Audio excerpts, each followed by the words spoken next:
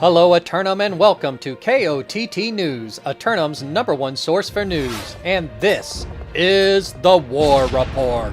No change in the dynamic of Eternum last night as the forces of Lost Templar stand their ground in the peat moss oil fields of Weaver's Fen. Speaking of no change, it's another beautiful morning all day long again until late evening when a 20% chance of invasion will occur. 5 submissions for simulated fantasy combat resolution tonight brought to you by LARPco. Remember, if it isn't LARPco, it's cardboard.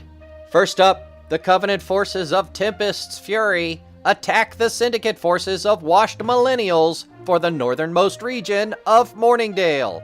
Tempest's Fury make their first attack on the island by attempting to gain forward access to the northern Death Wall. Washed Millennials have held the region for a few weeks now and have grown accustomed to fighting in the frequent rains.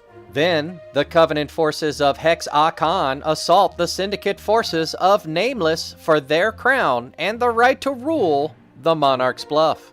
Hex Akan make their second attempt to secure land on the island, once again assaulting the bluff. For Nameless, their first defense of the keep since securing the crown 4 days ago. Will they be able to respond as well as they initiated? Meanwhile, the Covenant forces of Here Be Monsters assail the Marauders of Landlord for control of the master fishing port town of Reekwater. The forces of Here Be Monsters have been attempting to take land for over a month now, each time testing a new great house. This time, it's the landlords who have regrouped and consolidated all their might into focusing on the region most important to them. Up next, the Marauders of ABN INF attack the Covenant forces of Milked Regime for control of the bamboo forest preserves and medicinal hot springs of Ebonscale.